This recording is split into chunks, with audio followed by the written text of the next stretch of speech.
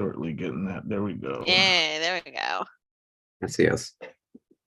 Good evening, Rebels. How are you? Happy Monday. Hi, everyone. Happy Monday, Ashley. Love cats. We got so much going on to talk to you guys about this week, so we're just going to get right into it.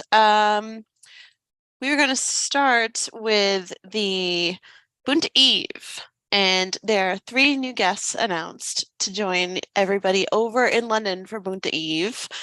So we'll get right into that. It is Alan Fleming, I think it is. Fling? No. Fling? Yeah. Yeah, Fling. Flyng. We'll put a link in the chat for everyone too. This is our first 3 guests. And I love that this is another Return of the Jedi guy because we are celebrating the big 4-0. Yes, so, he was an Imperial officer in Return of the Jedi. So very cool that he's joining the crew out there in London. And then we have John Coppinger, who was the sculptor for Jabba in Return of the Jedi, and Graxel Kelvin in The Phantom Menace. He signed autographs for us all the time at Topps. Oh, and you can find him, if you eBay his name, you'll find a lot of Graxel. And he was one other dude as well. Who's the other one? Yorua? I forget sometimes who all the random characters are. You have a lot to keep track of. Yeah, it's a lot. You should have seen that PR list because everyone had to be cleared through PR. So like the list of people and then what characters they played, who they were credited as, was always like an ongoing running document, and we would update it when new content was like releasing. But I remember John was approved for a few different things. But it's cool that he's also Return of the Jedi and another Jabba guy. So add him to your Jabba stuff, guys. Yes, definitely. And he was a sculptor, so all those little lines and folds you see in Jabba and all the grossness, he's responsible for that. And then our 3rd guest announced this week is Tina Simmons. She was a Rebel technician on Empire Strikes Back. So we're getting the OT people here to join you guys for Bunta. It's amazing. Yeah, and the one other woman in the entire movie. Yes. It's her and Carrie Fisher. I remember when we were doing Women of Star Wars, not to always come back to my days at Topps, but like I was like, oh no, you should, because that was a good set. Yeah, one of my all-time favorites. Is one of the last that I was still there for. But in A New Hope, there's Princess Leia and Aunt Beru. And then in Empire Strikes Back, there's Princess Leia and unnamed Rebel technician, right? Like, and she's like sitting at the screen, and there's like one approved photo of her to use. And then in Return of the Jedi, it's Princess Leia, Ula, Mon Mothma, and like another dancer girl. Like there's 2 or 3 of them, right? And no one else. Like even just in the background, there's like, and basically no one has dialogue. So none of those movies passed the Bechdel test by like any stretch, right? Not no that way. That was really a thing back then. But yeah, it's amazing. Like this lady was the one other lady in the entire galaxy. And she was an officer, so yeah, it's pretty cool. That's huge. Absolutely. Now we're like well represented, I would say, in the ranks of the rebellion. Hera and Sabine, obviously Mon Mothma, all the ladies, and we just had this episode with Bo-Katan and Ursa Wren and the Night Owls. It's been a good move in the right direction. This is like top of mind because International Women's Day is like later this week, and this is Women's Month, so that's right, Women's History Month. Yes. Yeah. That's our first show in March, isn't it? Hi everyone. Welcome to Women's History Month here at Rebels Revisited. That's right. And we have a lot to celebrate. It was Rebels Remembered Day yesterday. It was 5 years, you guys. Did you watch it? I knew it. I was like, I know you. Any excuse to. I don't need a reason. Yeah. But I need tissues. So. Yeah. No, it was good to go back and rewatch it, but like the numbness in the morning and the sadness, but the purpose to go on and to keep doing what Kanan wanted, gets me every time. And that epilogue, we've seen flashbacks of it, and I'm pretty sure it will be flashbacks in the Ahsoka show to come. Yeah. So it's exciting. You get the mural. The mural, I had to rock this shirt that shirt today. Yeah, I'm wearing my Disney Star Wars Weekend shirt. Which is also amazing. Oh my goodness. We did a little bit of that this weekend when we were cleaning, and so I came across this like Star Wars Weekends photo album. Oh wow. That I did not finish. Like I've got some like there's my Chip and Dale autograph, but I don't have the picture of us with Chip and Dale. So I actually went into Snapfish and I was like, okay, I'm gonna order these photos and I'm gonna finish this book. It's gonna be one of my things. So cute. Yeah. So yeah, that was a little bit of the weekend. So let's tell everyone what's on the agenda for today. Yes. So okay. We've got the Mandalorian recap, season 3, episode 1. We've got to talk about that. And obviously there's a big Rebels, we'll call it an Easter egg that everyone seemed to latch onto and did some good coverage of. Yeah, look out into the night sky. So we're going to be doing that and a little bit of predictions for the rest of the season. We're going to talk about our girl Bo-Katan. We're going to talk about the cult of it all because oh damn, it was a good episode. So we're going to jump into that. We're going to talk about Rebels Remembered because it was the 5-year anniversary of the finale, and I hope everyone celebrated appropriately at church and did all the things, lit a candle for Kanan, and just otherwise like experienced the love on Twitter. I thought it was really strong this year, the way everyone was like, Oh my God, it's only getting better and better like every single year. Yeah. More and more people are latching onto it and having so many of the Rebels characters show up in live action is totally helping. Yeah. And just all the connectivity, like the Easter egg that we will talk about. We've got Boon to Eve news, which we already talked a little bit about. The 3 guests that have been announced. That's been out there. It's on the Facebook page for everyone who's following along. According to Spencer, and this is not a spoiler, there will be 5 more guests being announced later this week on Wednesday, I believe. So be on the lookout on the page Wednesday for more guests coming for Boon to Eve, because this is not all of them. And Wednesday is also a big day because it is Alderaan Idol preliminary rounds. So we're going to talk about that too. So oh my gosh, poke all the other content happening. It's a busy week on the network. So it really is. As we're gearing up for Celebration and getting closer to the date, more and more information is going to drop, guys. So you definitely want to be here in the group to check that out. Yeah. And the group is hitting a milestone. I feel like there's a milestone like every 10 seconds. Seriously, you're doing so well, you guys. It's amazing. Yeah, we're closing in at 47,000. Which is amazing. Like that's as many people who will be more than people that would be attending Celebration this particular year. So that's very, very exciting. And I don't know what's going to happen as a celebration, but I'm sure something's going to happen. Meanwhile, I'm looking in the chat. Hello, everyone. I see Sarah and Jen. Jeff is with us producing, as always, behind the scenes. I see Sherry and Mike. Hi, everyone. Hello there. Hello there. And also the Celebration Art Show participants dropped today. Yes. So many phenomenal pieces, so many talented artists. You guys are definitely... Yeah, this is the year of Ahsoka. So I remember a couple of years ago... Did Dave Filoni curate this collection? Seriously. And the animation love this year... huge. Oh my God, it warmed my little heart. So me and Catherine were geeking out about it in the comments of the post. But to just see all this stuff and how much animation is loved, Tales of the Jedi, Andor, Ezra, Kanan, the Loth Wolves, the Purgles. It was incredible. It's very exciting. The Twitter thread was beautiful. Yeah. Shout out to everybody who made it into the art show. You guys are rock stars. Huge, huge amount of respect and love to you guys. And a lot of first timers on that list. So congratulations. That's great to see. You made it in. Yeah. Phenomenal pieces. Can't wait to see you guys sell My out. FOMO grows daily. Let me tell you. I know. Oh my God.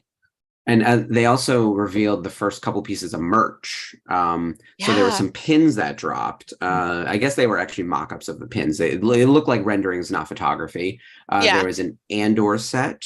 There was a Mando set. I know, with my girl Denise. So someone get marked that Deirdre. Pin. Yeah, exactly. So I don't want to say we're going to start a P.O. box, but I need some Rebels merch and a Deirdre Miro pin because she is my spirit animal. This really, like, there's something about, like, incredibly sociopathic women that I'm drawn to. And as a gay man, I don't know what that means. But it's, like, her and, like, you know, our girl from The Last of Us who is leading the town. You know, like, Yeah. I love Kathleen. Yeah, Kathleen. I don't know why I blanked on her name for a second, but Kathleen and Deidre, like they're my spirit animals right there. So Loving it. believe me, if there was a Kathleen pan, I would get it. Oh my God. Kathleen was right. I'm gonna get just a pin. Put that on a shirt.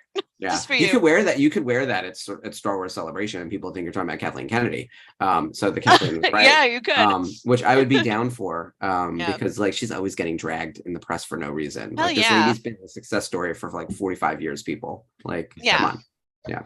Like Big time she's the success. reason you have Star Wars as prominent as you do now. Exactly. Like she who put do you think the is blocks churning in out this place. content? Like who do you think is Right. approving this stuff? Good or bad, So- you got Star Wars. Come on, Yeah. people. He also has a lot to do with just about any major franchise in the last 40 years. Oh yeah, indie, Yeah. anything Jurassic that like, Park. yeah. A lot of We're on the E.T.. 7th one of those now. What are there? 6 Jurassic Park movies, counting World? Like, and the TV show. Like, there's no stopping these franchises. Like, it's not even like one of her movies makes $1 billion. It's like the franchise clears 10 billion plus consumer product. Like, it's unbelievable. Yeah. Crazy. All Sorry, right, so love cats. enough about Kathleen Kennedy for now. We have Yes. good things to say, and Yes. not anything specific for like this episode. But we do want to jump into Mando season 3, episode 1. We hope everyone has watched. If not, this is your warning that we are going to talk spoilers, and we are going to link it back to Rebels. The most Of prominent course. thing in there. Yeah. The Per Girl. Per girl. Per Girl. Per Girl has been really fun because all of these like YouTube recappers and everyone who know like mainline Star Wars how to explain to the more casual fans what the F a Purgle is, because not everyone has watched Rebels, and it is an air quotes filler episode originally, until you realize like the way it comes back in the end. So It's never a filler episode. like there's no such thing as a Ever. filler episode in Rebels. That is what we are learning as we go back and rewatch this show.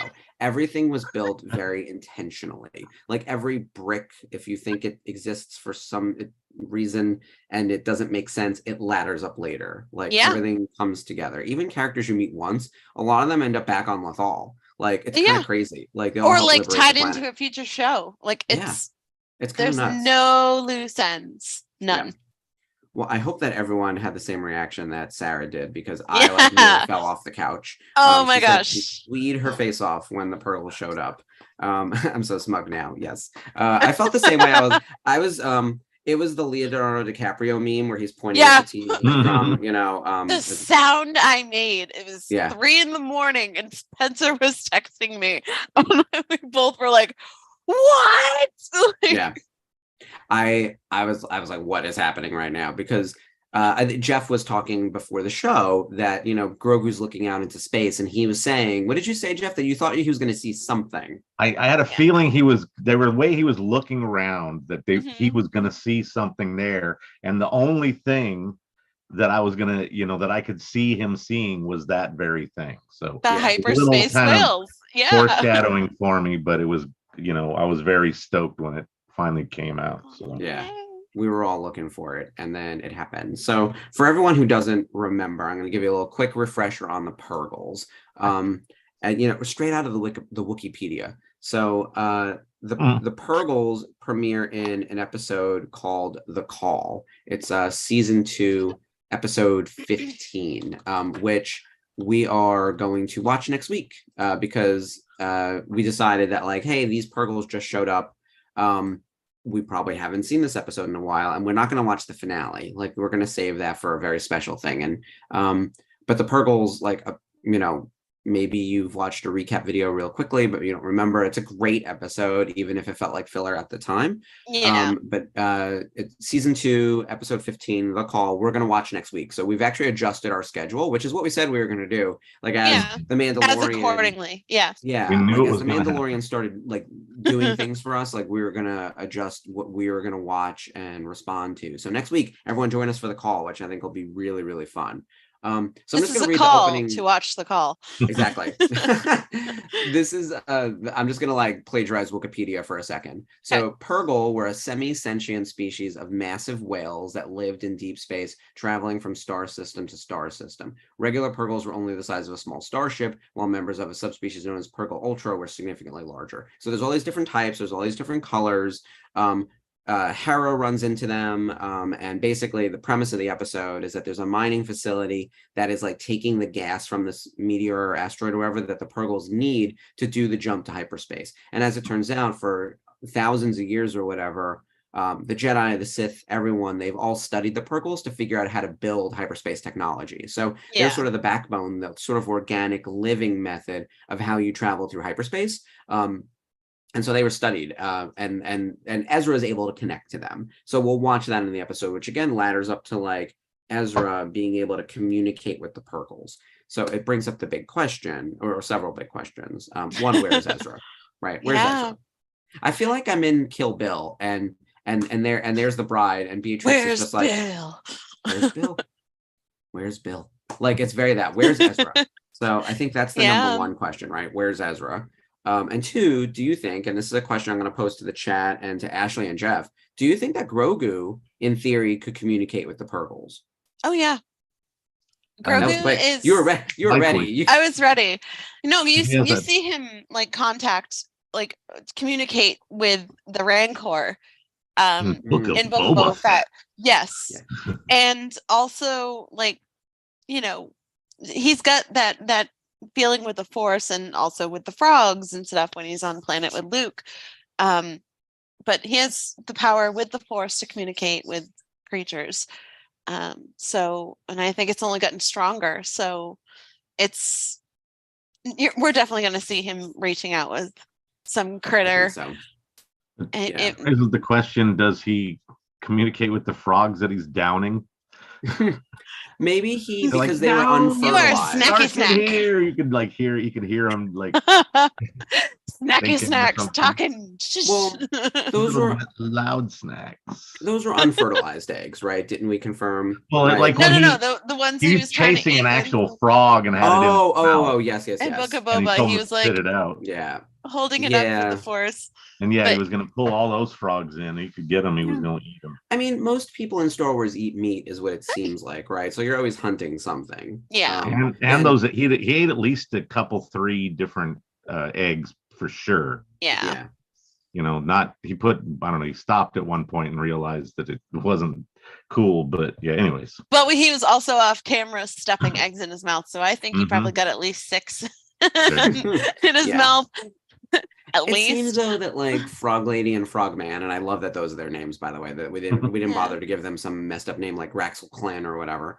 They had plenty of eggs left to sort out and continue the species. And I don't think it's clear that they're the end of their species line. I think that like her family line is the bloodline. Yeah.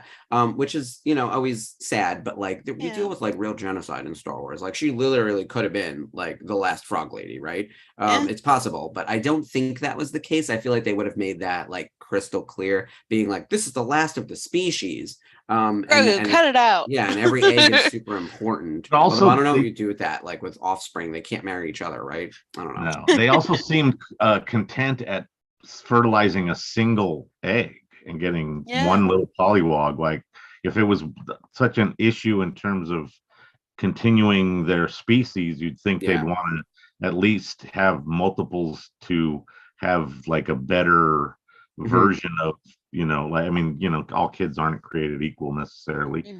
So with Aaron, but then they can go out and find others maybe or something.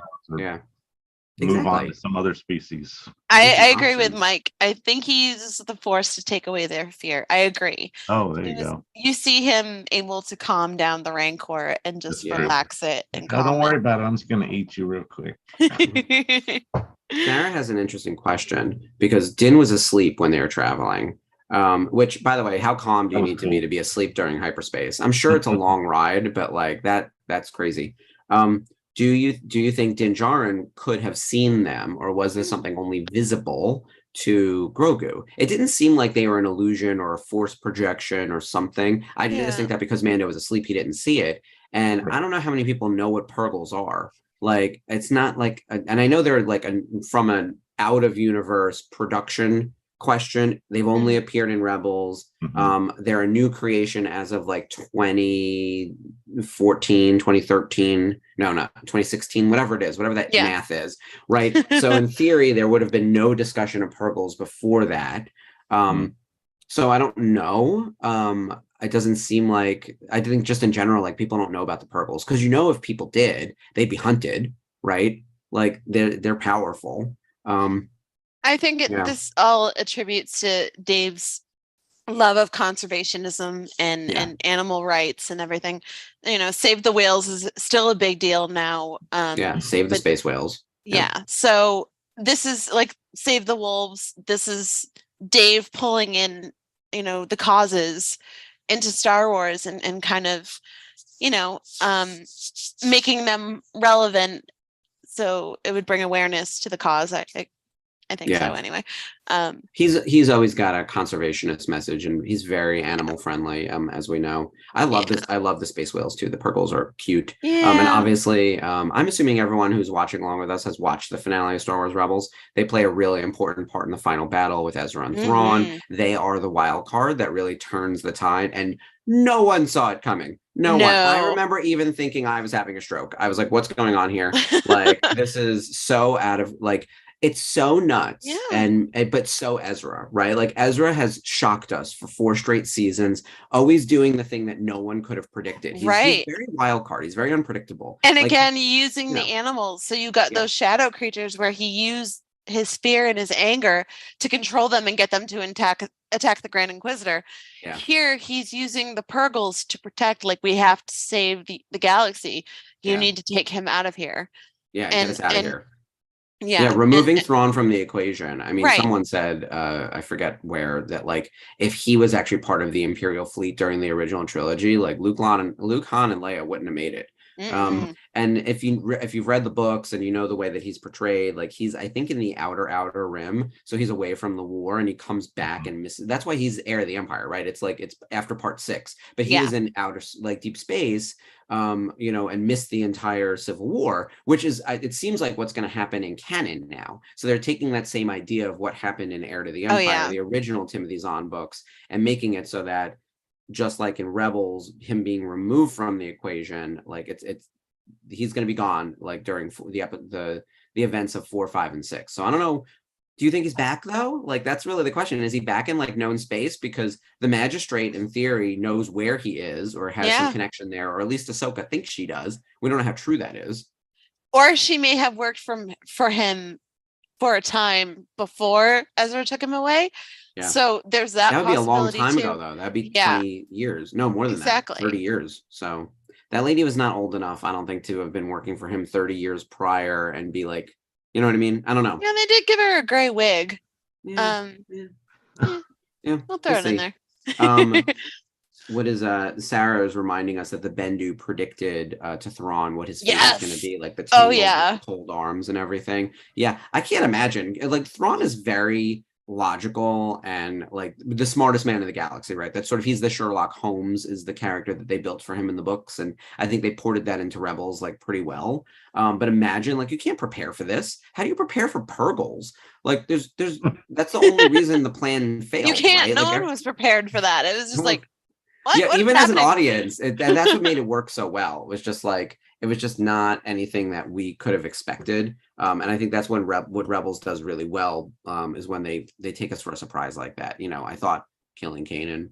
I thought the way, we saw it coming, and at the same time we couldn't believe it, and then they really did it. The same thing with like Ezra disappearing at the end of the series. It's like, okay, so when Luke is around, there are no other Jedi. Ahsoka's missing. Ezra's missing. Kanan's dead. We don't know who else survived Order 66, and if they did, they're in hiding. Like, we're seeing it, we saw it in the Obi-Wan show. It's like, yes, there are other Jedi who are alive because like they're constantly populating, but like they're in hiding and they're all over the galaxy. They're not in your city, and they're not going to cross paths with you. Like, no matter how many of them are alive, there could be 100 of them alive. It doesn't mean they know where you are or useful. Exactly. Yeah. So the tracking has been little shunted off since Order 66. Exactly. So that was everything with the Purgles. That made me lose my mind in the best possible way. And then 3 a.m. What? Yeah, I woke up early and I didn't open my phone beforehand because I knew better. Good. I was like, I'm going to see something trending or some nonsense like Luke Skywalker during the season 2, and I was like, I'm not letting that happen again. Yeah. So woke up nice You learned and early, your watched the lesson. episode, loved it. I also thought that Bo-Katan, even though she only had one scene, really delivered. Like Katie knows how to make the most of a moment. Oh my God, the dejected heiress to the Mandalorian Empire. Like she just completely sitting in her castle, looking completely defeated in the rain. Looking gorgeous, by the way. Oh my God, I should be so lucky to have no one around and look that good and just be sad. What a life. So that sounds amazing. She has no homework. She has nothing to do. So I love the wig. The wig looks great. A definite improvement. The look is spot on, right? And Katie's just so striking in general. Like you've met her in person. Like she's a gorgeous lady. But like the way she brings Bo-Katan to life with such gravitas, right? And it's like she was so cool, but so defeated. When he's leaving to go to Mandalore, she's just like, "Goodbye, Din Djarin." Yeah, like, just which whatever. She thinks she's finally rid of him, right? And she's like, "I'm just gonna sit here and lick my wounds." She's got her own title card before it says guest starring. So guess what? She's in the show. It said Pedro Pascal, and then the next card was Katie Sackhoff, and then it said guest starring, and you got Carl Weathers, Emily Swallow, etc. Right? So she's part of the core cast, and like we talked about this, like she's the second build person on the show. Like, and also like Silver situation. Yeah, she's part of it now. This is going to be a huge season for Katie, and I am so excited that they made her an official part of it. Also, Lateef Crowder and Brendan Wayne joining the main title cards. Oh my God! So cool. Congrats to them. Huge shout out to you guys. They're so good. And friends of the channel. For everyone who I can't imagine anyone missed this one when they were on the Thursday watch along. Yeah. And they're both like kind of so different, their energies. But they're both just so fun and have great stories. Like they're just good guys. Yeah, we've had Brendan on, but we haven't had Lateef yet. We wanted to get on. We were hoping to have Lateef, but we didn't. And then we had. Where have I seen him? I've seen him do so many interviews now. It's blinding. He's been doing a lot more lately too. So I'm good. It's good on him for sure. He was looking very happy doing his signings with Brendan at Emerald City. So they posted a great video where they did a showdown with a Mandalorian cosplayer. I shared it on my Instagram. Cool. Man, it was so funny. Totally worth it. The gunslinger attitude. They're constantly at things together now. I remember in season 1, Disney was not about that, and we couldn't get them to sign autographs. But now, like, they're definitely, everyone knows, right? Ever since Bryce Dallas Howard said that she never met Pedro Pascal, everyone was like, "Say what now? There are other people." Remember when she did that interview? And I was like, "Well, how was it like working with Pedro?" And she's like, "Oh, I never met him." And I was like, "You directed an episode." Was scandalized. And like, here's the thing: Bryce isn't gonna lie, but also like you kind of need to know what the canned answer to that is, and someone should have prepped that. That's a PR fail right there. But at the same time, funny too about that also is that I'd heard lots of rumblings. Oh, Pedro was like he was hardly ever in the suit, and. It wasn't, he was never in the suit, but then we realized later it was almost pretty much never because of how much he does things where his helmet's off. He does a lot of work in the booth, but he doesn't necessarily do it on set. Right. So, it was very interesting to get that realization and not find that it was overblown, which is what I thought originally. And then, understand who was doing the work, and now I admire them that much more. And the incredible amount of stunt performers that are getting recognition because of this show, it is so important and integral to the success of the show and to the stunt community. It's not just John Wick. There's other actors and stuff that have been phenomenal stunt players for years, and they're finally getting the shout outs they deserve. So that's amazing. I fully applaud that. Yeah. The fact that Brendan breathes so much life into that character with just in his, presence, and all the other actors that are wearing, prosthetics or helmets or whatever that kind of similar stuff. It's definitely a shift in the industry. Definitely. The armor. Tate being Heavy Mando, Emily, That's amazing. Dorian Kingi as Cad Bane. Yeah.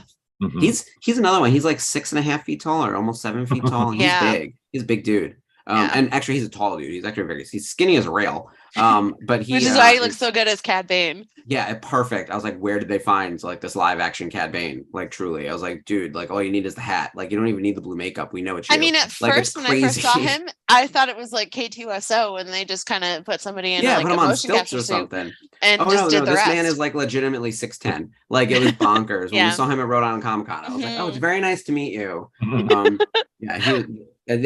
telling you, that Rhode Island Comic Con, man, everyone who wasn't there in 2022, we're going to be talking about this shit for the next 10 years. Yeah. Seriously. We'll see how they're going to top it this year, but yeah, definitely. Before I forget on Bo-Katan, did I want to slap her in the face? Yes. And here's why.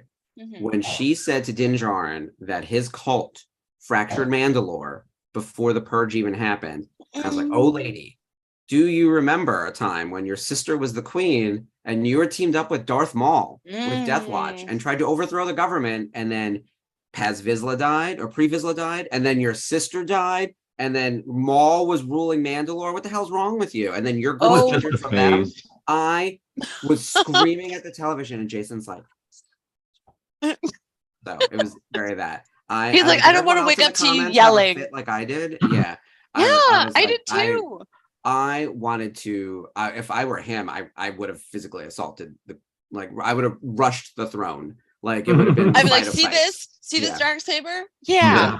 I still got it. So I still got it.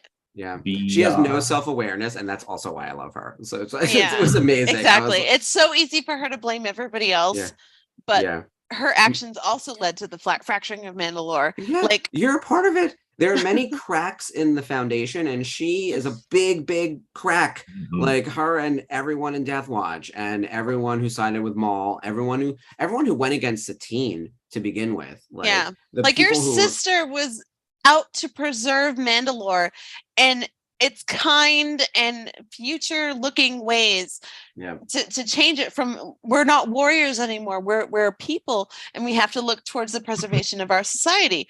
Her sister was a futurist, and exactly, she just threw it all away. She's like, no, it's not good enough, we're warriors, we fight. And she led to the fracturing of her own society.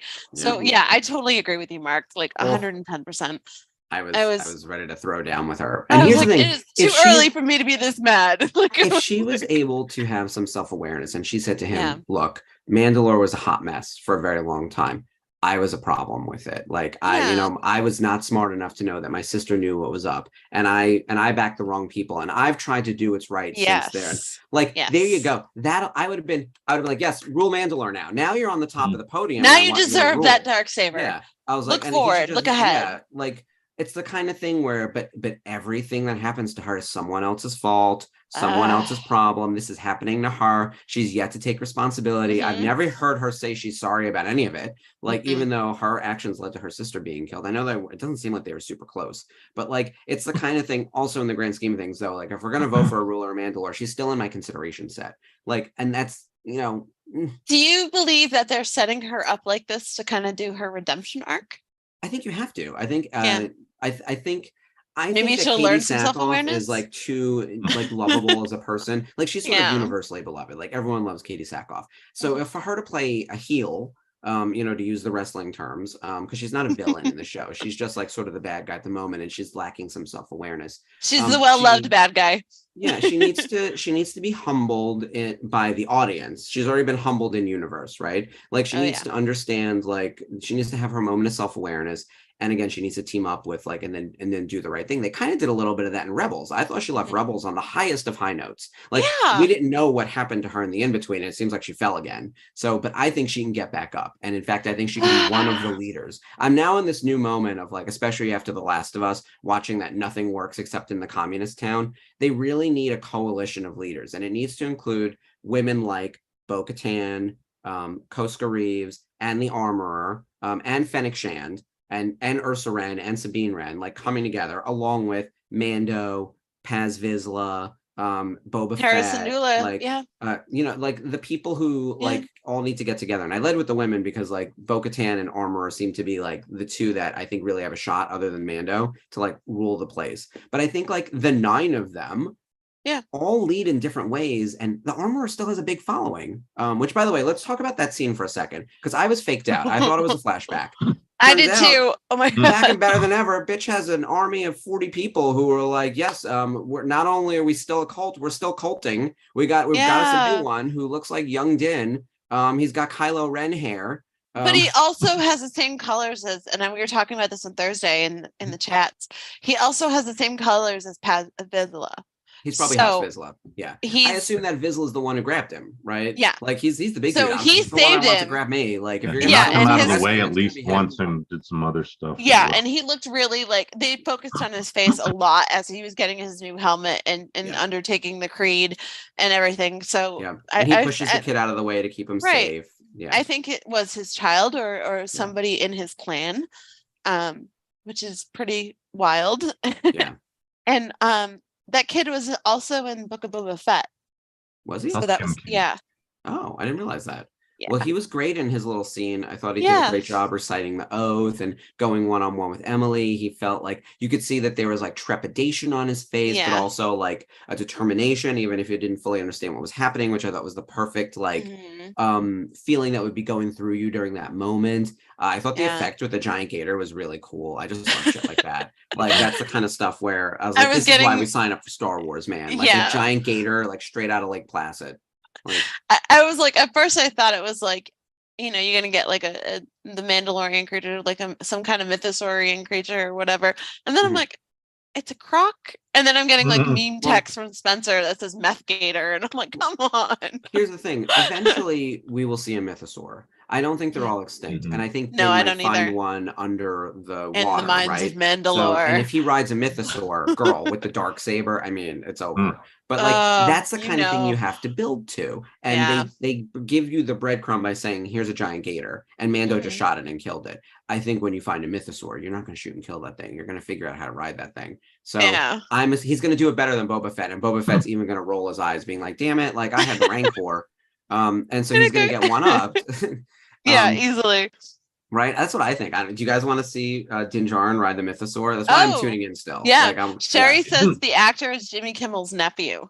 Yeah. So that's really wild. Oh, good. That's his third role in the Disney Plus universe. He was in WandaVision as one of the commercial kids. Because it's all TV based. Wow. Good for him. I love my WandaVision. Yes, Sarah, we got the Zillow Beast back in Bad Batch. As soon as I saw the electricity, I'm like, oh, Filoni's going for his kaiju again. Like, this is amazing. This was a good week for giant creatures, let me tell you. The Zillow Beast episode of Bad Batch was spectacular. And we will get to Bad Batch. Creepy. It's on our list. Yes, we want to close around that. Knowing that we've got another episode 2 days away. I think Bad Batch is crushing it this season. Like, I can't believe it. And at work today, one of my coworkers and I were talking, and he was like, I really like Mando, but I got to talk to you about Bad Batch. And I was like, well, it was I really felt like I was in the Twilight Zone for a second, because he was like, I remember the Clone Wars episode with the Zillow Beast, and this was a great follow-up. And by the way, what's going on with the cloning? Like, and I was like, yeah, I know. Like, there's a lot. So it was, I really felt we have notes. It was like, let me break out the Google Doc. So, all right, so what else with Bo-Katan? I felt like this was such a great scene. It was, 3 minutes long, maybe? We got all of the lack of self-awareness for Bo-Katan, setting up her, like, eventual, I think it's like, it's not a setback, it's the setup to the comeback, right? Like, she's in a bad place, and it's everyone's fault but hers, right? Yeah. And she says goodbye to Din, which means we're going to see her every week. There's no, you can't escape. Like, and no, I think, not today. and I think we know what she's gonna have to fight people, because that's how she rolls, and then she's gonna have to learn something, and then I think she'll make it to the end and be one of the important people in the ruling of Mandalore. Is my hope. That's my wish for ending some generational trauma, like getting your Mando butt to therapy, and the amount of resentment she has towards Din about being in a cult. The kid wasn't no choice. He was literally saved by these people. when they attacked his willingly people. joined with Darth Maul. I would have been like, lady, like what? So this kid had every no time choice. I say lady, I'm thinking of a much worse word. So like we'll just go with that. Yeah. But so it's the kind of thing where, like, in real life, I would have, like, I'm telling you, I would have rushed the throne. But as a viewer, I love everything about this. It's so well done. Katie brings such, and it's bringing presence. us in emotionally. It's getting us invested in her journey, even though we're terribly frustrated because we know her backstory. Yeah. And we know the history of her family and her people. Like, Din can't help how he was raised. Like, when you don't know any better because your parents were killed right in front of you and you were rescued by this cult. He's learning and trying, right? And he's also did sort of break the rules to save his son. It's the kind of thing that anyone would do. So exactly. I love Din's learning experiences, and I'm hoping that Bo gets some learning of her own. But of course, you have to set it up that she's in a place, like, if she was just great and good to go, I'd be like, well, that's boring. Like, I want to see this go, because Katie just brings so much to this role. Like, I can't say enough good things. Love her. And then switching back to Emily, then the sort of foil. Oof. So good, right? Like, okay, again, were you faked out? I really thought it was a flashback. Until that ship cruised over and started blasting entrails out of that killer croc.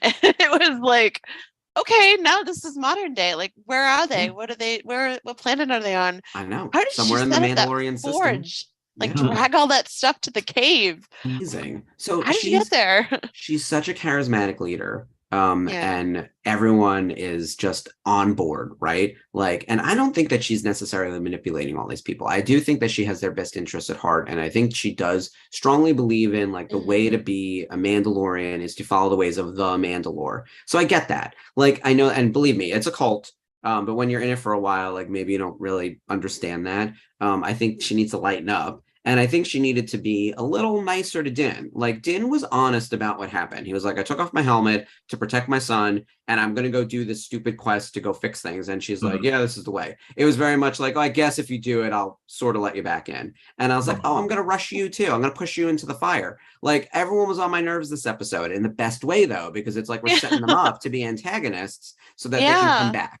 right? Now, what aggravated me about that line is, in Boba Fett, when she sees him and she's, fighting with him with the Darksaber, she tells him that the only way he can be redeemed is to purge himself in the waters and the mines of Mandalore.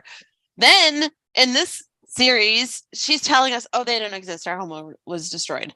I'm like, okay, well, didn't you know that before? Like, this isn't new information. Well, so what are you doing? So my thought is that she gave him an impossible quest last time, and he doesn't hear that it's an impossible quest and you can't be saved. So she had to clarify for him. He was like, oh, I'm going to go do that thing that you told me to do. And she's like, no, you can't do that thing. That's the point. Like, you can't be a Mandalorian again. So I think she tried to tell him last time around, it's over. And now he's like, oh, I'm going to go use that cheat code you told me about to get back in the game. And she's like, no, it's over. Like, you didn't understand me. And I think that she's going to be in for a rude awakening when it turns out these waters exist. And then there's a mythosaur. And there's a mythosaur. And throwing it out there. Yeah. And again, her and Katie are going to have to throw down, and you're going to have to figure out what it means to be a Mandalorian. And everyone's going to have to put all of their personal issues aside and unite, probably against an external threat. It's the only thing that will bring them together. Who will it be? Go. Under the flag of Cookie Crease. Yes. House throwing Kreese. that out there. House Kreese. Oh my God. Saves House the day. Kreese will rule Mandalore, but not Bo-Katan. That would be amazing. Oh my God. She's like, I'm foiled again. Like, she's the spare. She's the spare in Mandalorian ruling. I really want to know what her trauma is with her sister. Like, it was never explicit as to why she and Satine weren't that close. Like, other than the fact that, like, pacifist versus, aggressive Mando. Well, like, when you have those beliefs and you're pulling away from the history of your people, like, there are giant murals painted to the history of Mandalore, and all these people like House Vizsla, Tar Vizsla, all those people that settled Mandalore and put all these rules in place and all these different houses and all these battling sanctions. So you have those that have been integrated for so long. And then you have the hippie who's over here shouting out a peace, and she's in a position of power. And it's going to drive a wedge. It's kind of like when you have, Trump supporters in your family. Sister. I know. Sister. But like, judging by current events. Yeah. Politics can wedge people apart.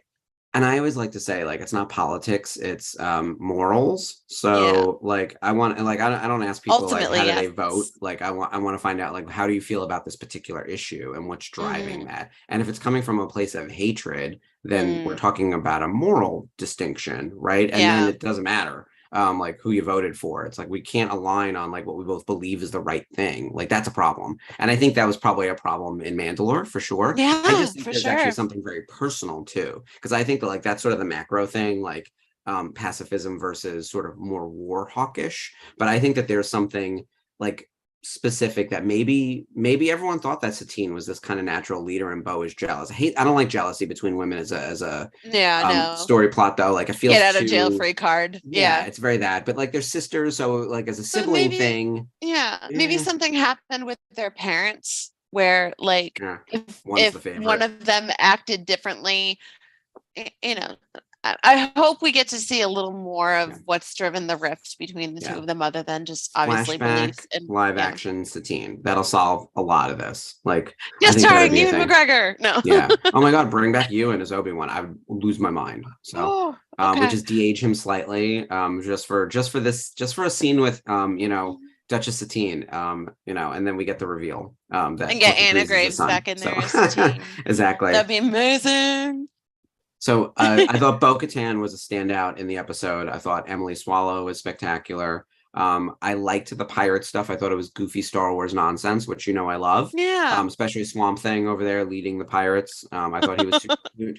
I thought that Grief Karga was as ridiculous as I wanted Grief Karga to be. Like, oh my gosh, on like wedding dress length robes. Like this man. So from what Chris, yeah, oh my gosh, amazing.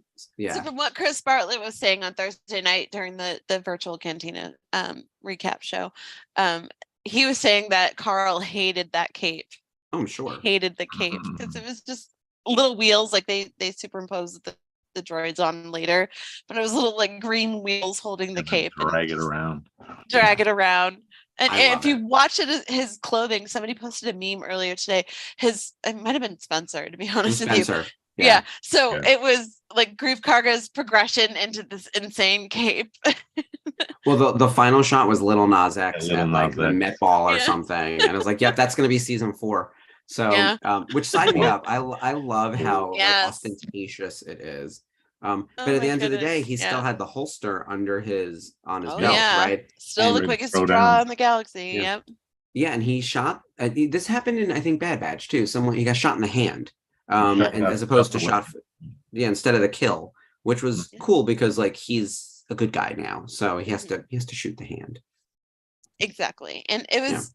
I really thought he was going to shoot to kill, because ultimately it would be like endangering his people, and he knows how pirates are, and they're going to come back and attack the town. The school too that he was outside the door of, right?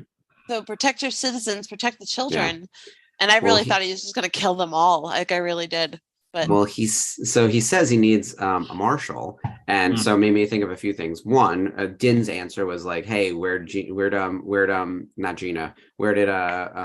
Cara Dune go?" And apparently she's now part of the military. Which what a great promotion for Cara Dune. We're very happy for Cara. Because the character did great stuff in the show and is now being rewarded for it with some type of in-universe promotion, and I think is part of the group that brought in Moff Gideon, right? So she got a lot of credit for that, and Moff Gideon was going the New Republic War Tribunal, which is cool, because it's like, okay, the New Republic is going to be probably relatively useless, and we know they don't last particularly long until the First Order swats them like a fly, but like it's good that we have a functioning government that's going to take care of like imperial holdovers, right? Like I think that's a good thing. So that's a nice stream, I think, also that fits into the larger Star Wars galaxy. It's like, oh, very cool. And then separately, the memes related to all of that. I mean, people were using the verb poochied, which like that's just awesome, right? Like if you guys are familiar with The Simpsons, there's an episode where they add a character to Itchy and Scratchy, voiced by Homer. And it's a character Poochie, and he's like an annoying dog who skateboards and all that stuff. And Poochie becomes like the breakout star, and then everyone kind of gets sick of him. And then he leaves, and they have like this title card that says Poochie was killed on his way back to his home planet. And it's like, oh, that's it for Poochie, everyone. So like, that's like a running gag in pop culture now, because that episode is what, 20 years old, right? So like when characters just get like removed from a show unceremoniously, they get Poochied. So the character of Cara Dune has been officially Poochied as of now. Yeah. It's going to be interesting if that's the case, how they bring Carson Teva back into the fold. Captain Carson Teva. I think he's a potential, if we're now going to have a podium to rule Mandalore, there's also a smaller, less exciting podium to be the sheriff of Grief Karga's town. And I think that Carson Teva would be on the short list, along with I was thinking Timothy Oliphant, because he was a hot marshal in Book of Boba Fett. Covenant. Yep, and he owes Boba Fett a favor, and Boba Fett owes Din a favor, and Din will call in the favor. It's a favor train. So from that point, it's like, all right, bring in, all around. So bring in Timothy Oliphant, which would be fine. Like, I think Timothy Oliphant is perfectly effective. And we got to see that new droid arm. Yes, exactly. So it'd be really fun. I do think that it's going to be bad news for when the pirates come back, because there's a lot of them, and that town is not ready for like a war. So I don't know what's going to happen there. I feel bad because like the town looks really good. Like the planet is doing really well. It's all built up. It's in like a trading port. Like they're like really on the rise, and now these pirates are going to like blow it up potentially, right? Yeah.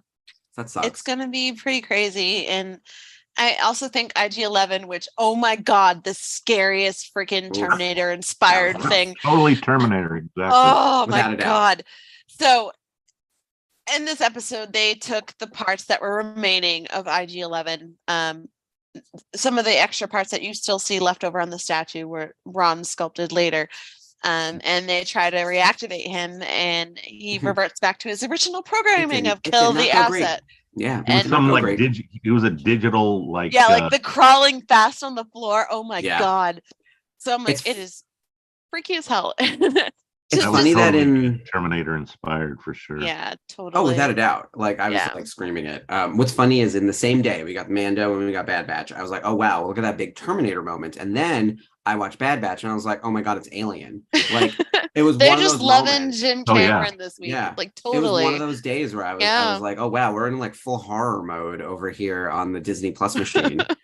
Which we'll get into Bad Batch in a minute. But like, I thought that scene was great. I'm excited that IG-11 could in theory come back because he was a really fun character in season 1. I'm glad that we have some resolution on Cara Dune. Chris Bartlett's character, the copper droid Copper. Grief Karga's second in command droid. Who saves the day. Saves the day by pushing over that heavy bronze bust of Grief Karga. So he used his head really and took out that creepy IG-11 crawling on the floor. So Chris Bartlett was spectacular on Thursday, as he always is. He's very charismatic, has great stories. I loved his, if you guys haven't seen this, he was on the red carpet premiere for Mando, I guess last week or whatever it was. And he had this like metal hand situation. Oh my gosh. It was cool. Like his droid hand. It was so cool. A droid hand that he built. Yeah, that's wild. He's just a cool guy. I've met him a couple times now, and every time I'm just like taken aback, right? Like he's super cool. Loves great fan of the great friend of the channel. That we're all fans of his. So hopefully he'll come back at some point. I've seen him in my travels at conventions and talked to him a bit. Come by the table. It was really cool to get to know him in the course of the con life. Yeah. So if you can meet him at a con, likely to revisit the watch along. Yes. Oh, I'm sure. Yeah, he's good people. So glad to have him on the channel. What else from Mando did we need to cover? Because we touched on all the major characters, I think. We talked about the cult. We talked about the armor. We talked about Grief Karga and everything happening on his planet, the space pirates, the Purgles, Our Lady Bo-Katan. And then Mando is off to...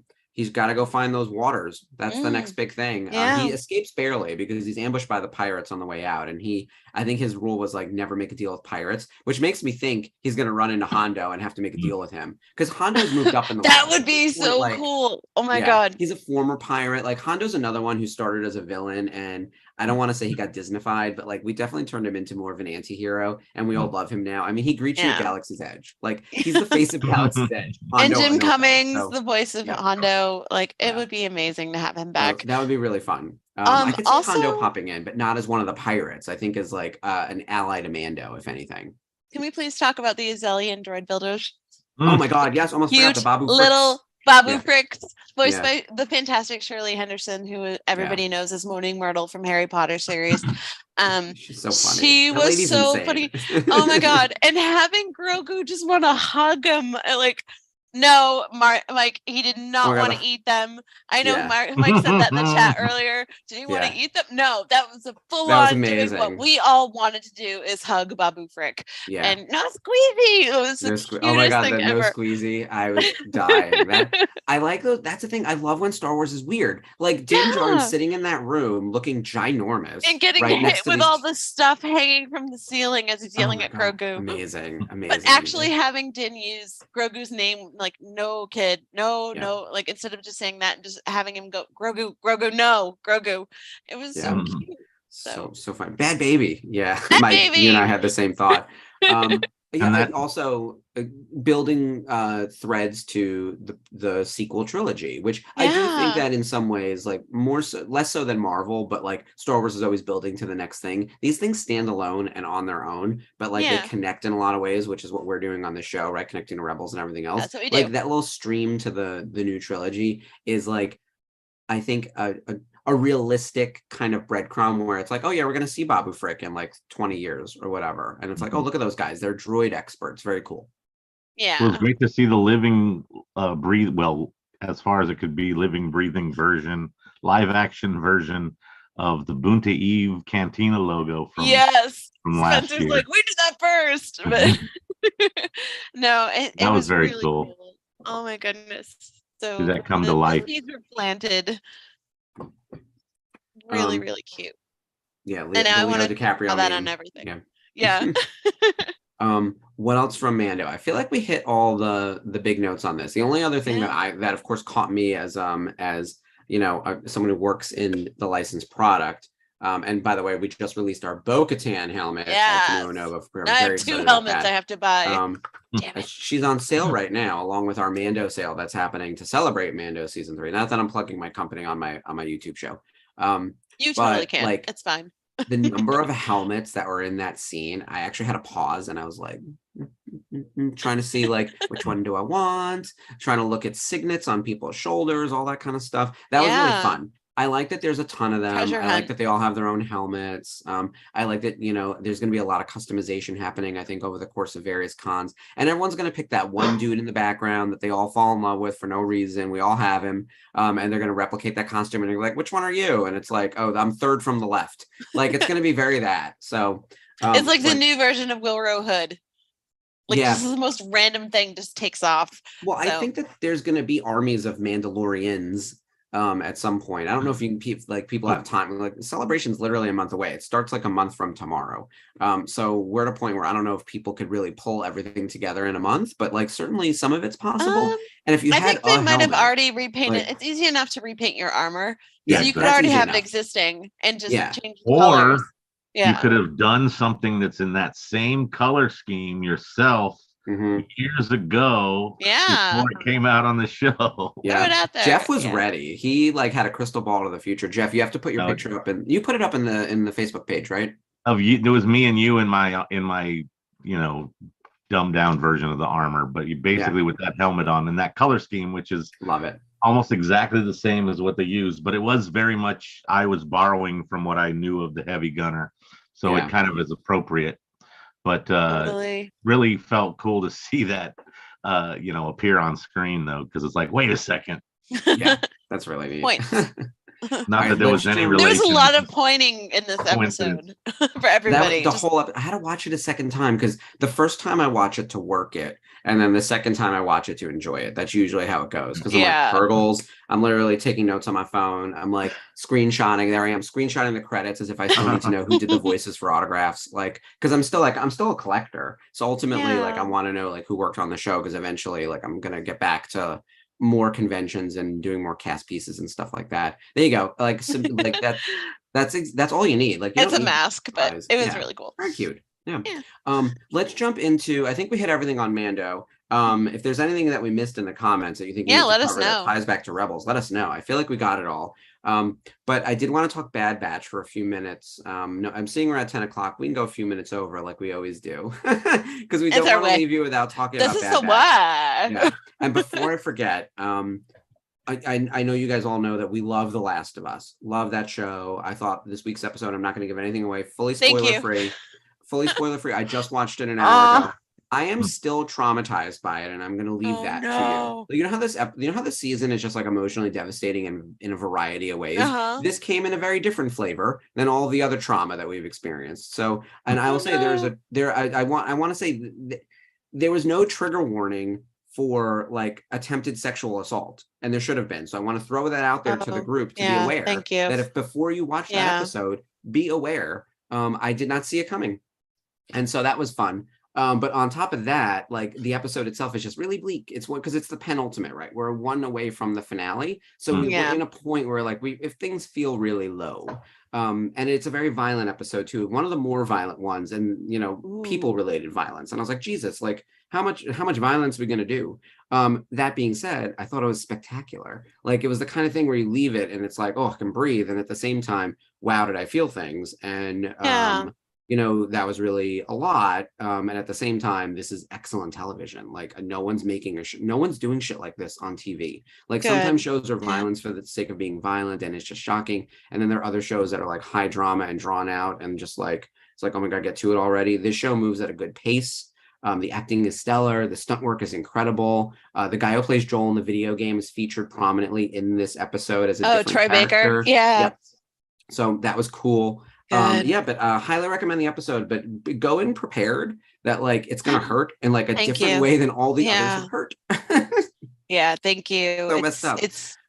It's tough to deal with things like that on an everyday basis, but to have it kind of go into it's kind of like what Robert Kirkman set up with The Walking Dead. It's not just the zombies and the clickers that are wandering around. It's the people who are completely like dead inside that you have to be afraid of. Yeah, they're The Walking Dead. Yeah. I loved The Walking Dead for the first like 2 or 3 seasons. And then by the way, that thesis statement still holds true. I think as you watch the show, like it's always the case that like the zombies are sort of the background thread, but like the day-to-day is like how do you of course. And it's true in this show as well. In fact, I don't think there's even a clicker in this episode. Like it's very people drama heavy, but like the clickers are sprinkled in light through this season. So I like they're not heavy reliant on it. It's a little more story driven. Which is such a this could have easily gone the way of those video game movies with Mila Djokovic. Why am I blanking on Resident Evil? Yeah, like you saw how those went, right? Like this show could have gone that route, and it did not. It took a very different approach. Yeah, so, I'm a little bit behind, but I'm gonna watch it. Catch up, girl. We got to talk. So by the way, if you think that Ashley and I are sometimes just really off the cuff and it's not rehearsed, it's because it's true. It's really off the cuff. We make notes, but we try not to talk about most of this stuff off air, so we can have an organic conversation online. Exactly. We want to keep it real. I won't for know you guys. Sometimes if she didn't watch something or she doesn't know that I saw something or whatever else. And so we try to keep each other on each other's toes and be surprised about things, so we can like share in that with you guys. But there are definitely other times where I'm like, I have to make sure that you did this, or you have to make sure that I did that. Like, so we're on the same gift of friendship. So we definitely wanted to mention that it was Rebels Revisited Day yesterday, and the 5th anniversary of the finale, which the show just keeps on giving gifts to all of us throughout, and it's it warms my little heart, especially Shop Disney. Yes, little ghost. I love it. Yes, my pretty little cat too. How lucky are we, right? We got 4 great seasons of the show. We do. More episodes than expected. So much cool stuff, and it coming into live action. Yeah, finally, it's like a 5th season. Dreams come true, and to have merch be put out in the Disney parks with Hera on them, hello. They're still making merch for Rebels. We didn't get enough when it was today, on air, and so I've been like. Yeah. Wait, so what did they drop today? What was the reveal? It was the Women of the Galaxy collection, and it had Elsa Chartier's art on it. she's a phenomenal comic book artist. I love her designs. They had her designs for Ahsoka on earrings. They had 2 really awesome Loungefly bags. I gotta check this out. Ears, spirit jersey, mugs with Hera on it. Oh wow! I guess there's pins you can get in the park that not only have like Padme and Leia and Rey, but also Hera, the Tico sisters, both of them on one pin. Oh like, wow! Amazing. So no Sabine, sadly, which is probably they're saving her. They're saving her. So it's kind of exciting, but I really it's gonna be Sabine and the mom. Yes. So I really wish they did more with the design of the spirit jersey. Like, don't just throw the main design on a white spirit jersey. Girls are klutzes. Like, we have makeup and stuff that we wear. We kind of want to have a dark spirit jersey. So please, Disney, think of the women who are klutzes when you design your merch. And some of us just like a good T-shirt like this. Like, more than happy with it. So.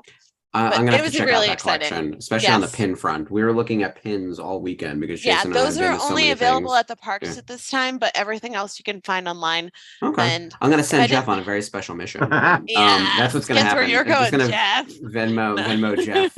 Like, here's your bus ticket and whatever. So I think the pins were, I think 2 for $19.99. Oh, that's not bad. And they're blind boxes. So all right. So now it's a pain in the ass. So all right, we'll devise a scheme off air. And actually, I think that would be. By the way, I don't want to send Jeff to do our bidding and like do a whole shopping thing. But I wonder if at some point we, as a giant Rebels group, could figure out like a big style purchase and then figure out some divvying up and pin trading among the group. I have lanyards and pins like from Disney that. Some that like we're just looking to get rid of, and Jason was like, let's put some on eBay just to get rid of them. Again, cleaning.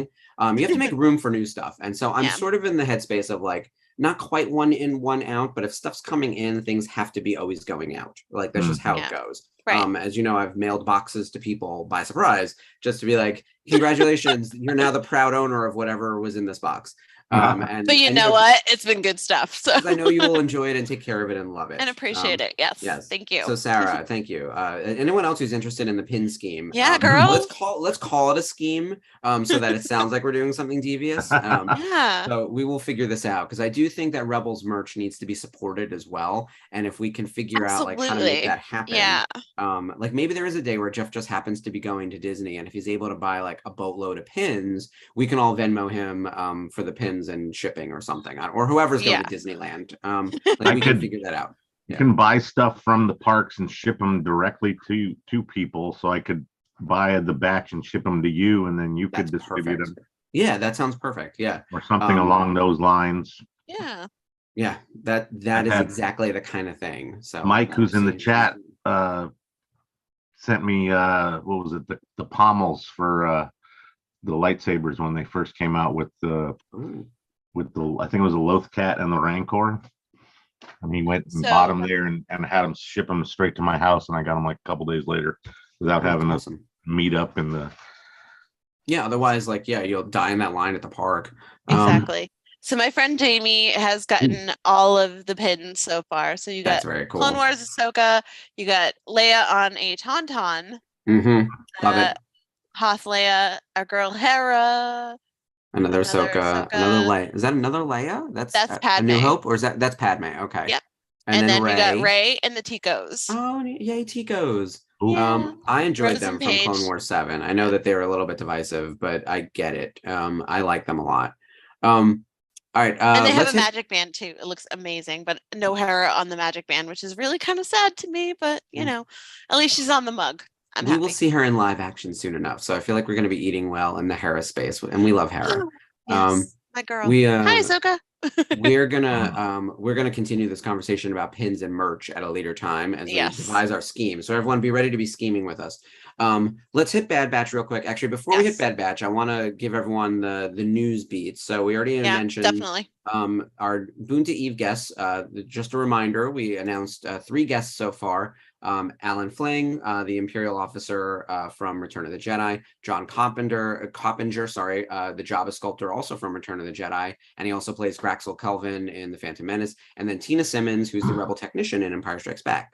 5 more guests are being announced on Wednesday, so everyone tune back in for that. And Wednesday is a big day. Yes. So take over the rest of the Wednesday news. Okay, so Wednesday is the Alderaan Idol preliminary round. So you guys will get to watch a live review of all the submissions on the Facebook and VCN channel on YouTube. Don't miss that. They're going live with Skywalking Through Neverland. Voting through text will be open, so you can do your phone numbers and your hashtag. Make sure your votes for these Alderaan Idols get counted, and see who the winner is once you get to Celebration. So I'm excited for you guys. Alderaan Idol is always a good time. It was a phenomenal show last year. Oh my God. And it's going to be even bigger this year, I think. Like all the stops. I'm hearing that the submissions are really strong. So yeah. I don't have plans for Wednesday night. In fact, I'm traveling to see my in-laws on Thursday. So I think Wednesday I'll be home, probably packing, and probably I'll be able to just sit in front of the computer and have this on so we can watch the submission videos. So these people are not performing live. They've recorded videos. We will be reviewing, not by we, I'm not a part of it, but I want to say Spencer and the rest of the crew will be watching the submission videos live on the page.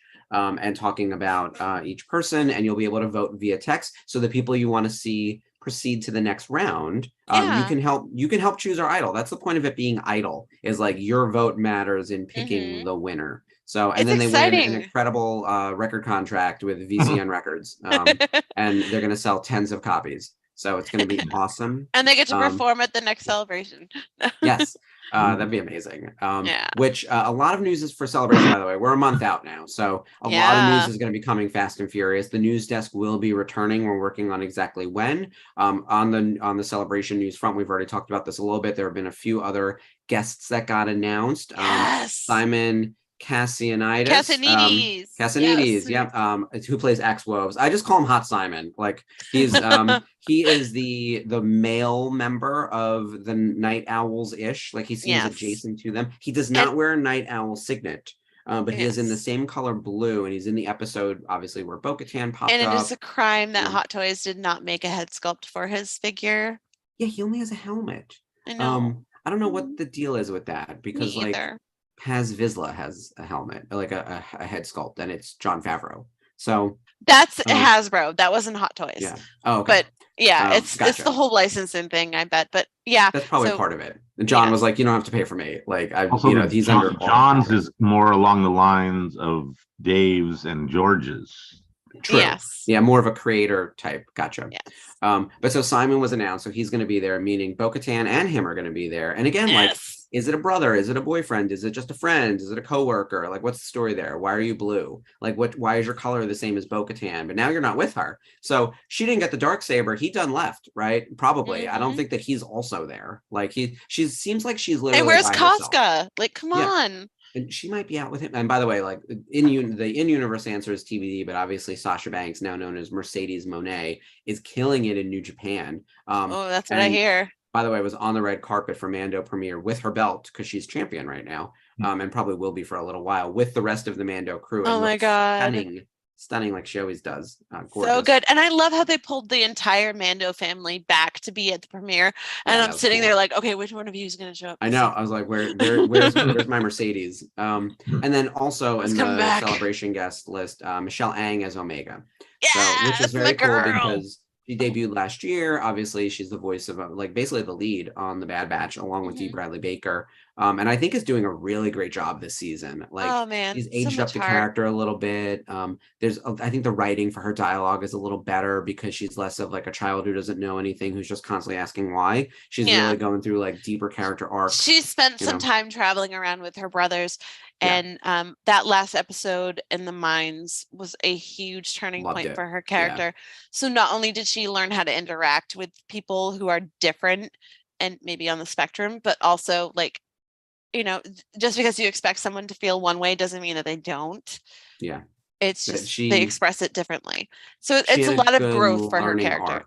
For sure. Yeah. And actually, I think this episode continues that with, the Zillo Beast stuff. Here's the big thing for the Zillo Beast episode. It ties back to Clone Wars, which was cool. And we saw the Zillo Beast, which was awesome. And it's got streams for various stuff.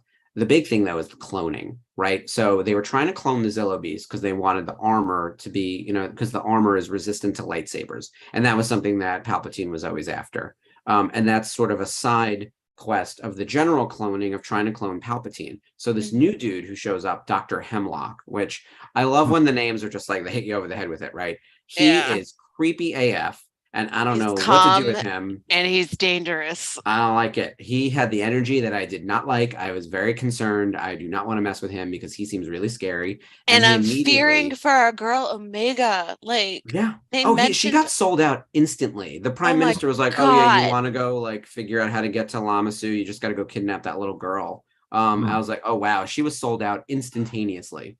I was so pissed. I'm like, you rat. I really hope something happens to you. They did so genocide the people, right? So at that point, it's like, well, what do we do?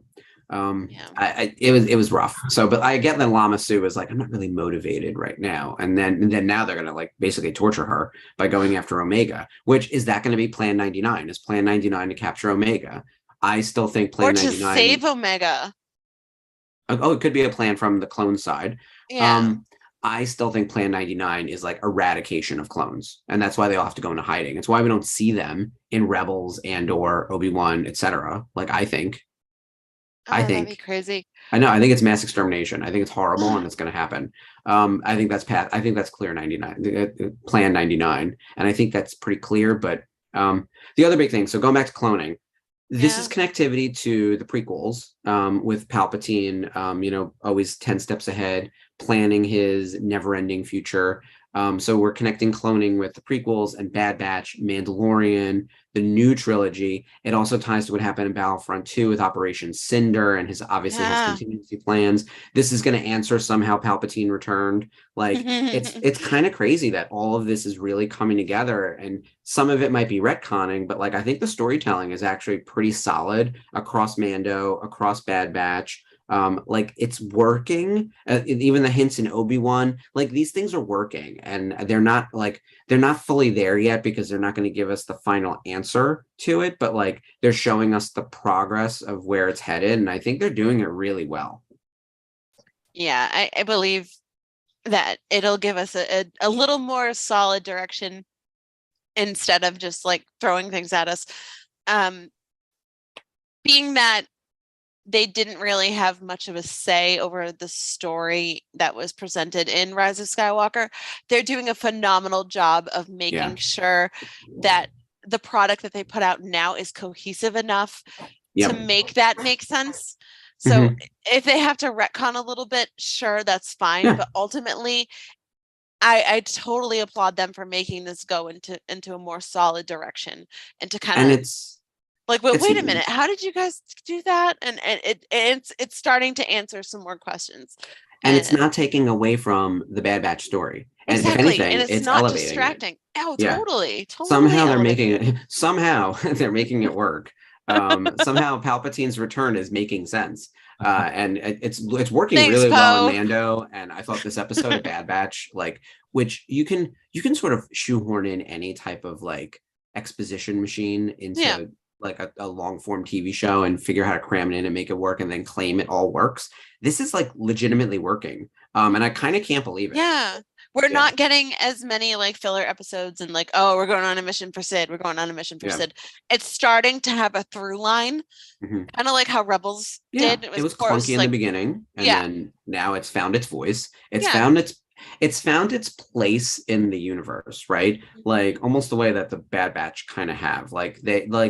What was this show? Like, was it a sequel to the Clone Wars? Like, and I think that's what a lot of people thought it was going to be, but like, that doesn't make sense because the war's over. So what are these clones going to do? Is it about the clones trying to figure out what to do with their lives? Yes, it is. And that's why it's so uneven and all over the place in season 1. They didn't know what they were doing. And it doesn't mean the writers didn't know what they were doing. It means the clones themselves were figuring out what they needed to do. And they were just trying to survive and stay alive. Now they seem to have more of a clear purpose.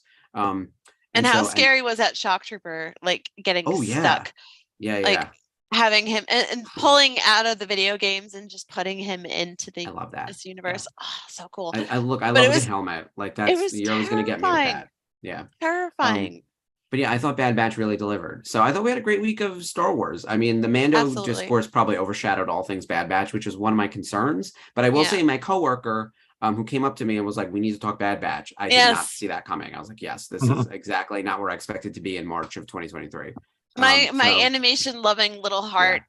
Honestly, I know exactly, because I fight so for animation spoiled. every goddamn day. I'm always fighting about animation and when you fighting say for I it. don't watch Star Wars animation, I go, oh no, Yeah, this is why you should. And exactly. Well, no. that's why you don't have a YouTube show like we do. That's right. That's right. So with that, what else do we have to remind people about? So Wednesday's the big day. Tomorrow's obviously happy hour. You can talk at length about Metamorphosis, the Bad Batch episode with the crew. Wednesday, a lot of stuff. New guests being announced for Boon to Eve, the Alderaan Idol preliminary round with the live review of the submissions with our friends at Skywalker Through Neverland. Again, that's going to be live on the Facebook page and on the VCN YouTube channel. Same place so where make we're sure you live watch right now. and you vote. Yes, especially if you're going, watch these people rock it and kill it. I want to say we wanted to use vote or die, but that seemed a little aggressive as the campaign. But yes, vote or you don't have a say in who wins. Watch live to make sure your vote counts. If you really want to make sure your vote counts, you want to be there to. Yeah, exactly. I think it's going to be a pretty quick turnaround for the winners. And then Thursday's another watch along for Mando season 3, episode 2, which we will all see on Wednesday. So, oh my God, Wednesday is Mando, Bad Batch, and then everything happening on the VCN. So we have a guest for Thursday. Good. Hasn't been announced yet, but keep an eye on the page. So thanks, Jeff. That was great. So it's called a teaser. He's throwing it out there. We've done a lot of teasing this episode. Yeah, everyone tune back into somewhere else but here to go find out the news you need. That's what I'm hearing. Yeah. No, it's as head anchor of the news desk, I am insulted. No, everyone keep an eye on the Facebook page, especially as we get close to 47,000 members. I think something's going to happen for that. We'll tease that as well. I don't know if something's going to happen, but something might happen. So yeah, that'll be cool. I think that's everything for this week. Wow, we're way over time, guys. We didn't even watch an episode. What the hell happened? I blame you guys in the chat for not telling us to go away. Spencer says you can announce the guest for Thursday. Okay, well now I have to look her name up because I don't want to butcher it. Give me a couple years here. Cool, we got all this time. Yeah, we got nothing going on. I'm not worrying about it at this point. Whoopity-doo. Well, thank you guys all for staying with us. This was really fun. We love next week we'll be back to sort of a standard watch along because we are going to watch The Call, season 2, the premiere of the Purgles. Yeah, per girl. Oh my God, we lost our minds in the chat. I think we were all just like melted from the episode. The per girl thing went on and on.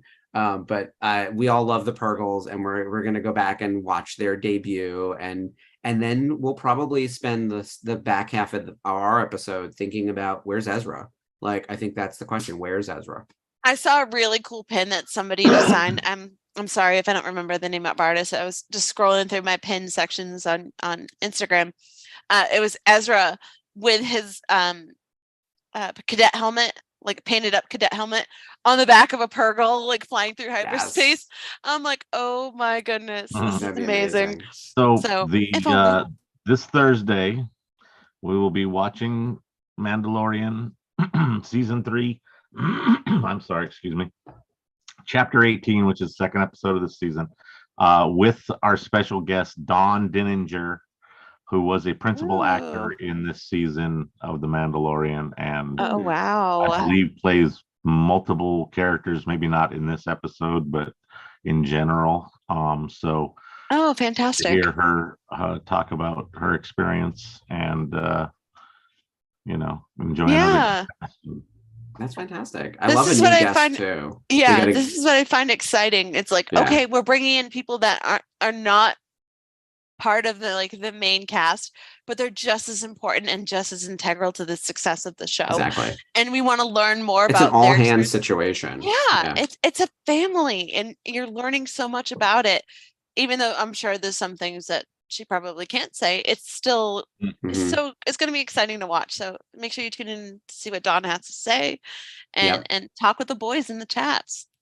And for us, we are now in the countdown to Star Wars Celebration across the channel. I think everything in the Facebook group has to be Celebration related at this point, unless it's about a stream of content that's airing on the channel. With that in mind, we'll probably have a Celebration pre-show of some type. There's the news desk. We're also trying to figure out our slate of content. It's going to be related to Mando. I think we're just going to be reacting to that. And we're working on some guests. We don't have anything to announce on our channel quite yet, but there are some things in the works, which is exciting. Probably post-Celebration at this point, because we've only got a few episodes until, oh my God, we're live, like for Celebration, which is nuts. And then before you know it, Bad Batch is over. And then Mando's over, like not long after that, which I can't believe. So there's already, I know then 2 episodes into Mando, and it's like 6 more weeks. Like it's kind of nuts how fast it goes. But yeah, it's going to be a really exciting March, April, and May. And of course, May is May the 4th. Star Wars content. Cannot wait. There's a lot. Stay with us. Do you think we'll get another gallery? I hope. I think that like they're gonna have to do something good for May the 4th this year, because we don't have a movie. And Mando is on, so like they're gonna have to like jump on that bandwagon. Yeah, we'll get something. But I think we're gonna have a very strong slate of content here on the VCN in March, April, and May, like without a doubt. Oh like, yeah. So easily. It's gonna be fun. So thank you everyone for staying with us. And we went extra long tonight. This was not our plan, but thank you everyone for staying. And there was so much good to cover. Yeah, so much good stuff. Good stuff. Yeah. We'll see you next Monday for the call where we check out the Purgles, and then make sure you tune into all the other content on the network this week. Yes. So we'll see you guys on Wednesday. And at least I will. Don't forget to join the boys tomorrow night on the happy hour. And it was good to see you. Thank you for joining us. And may the force be with you. Bye, everyone. Bye, guys.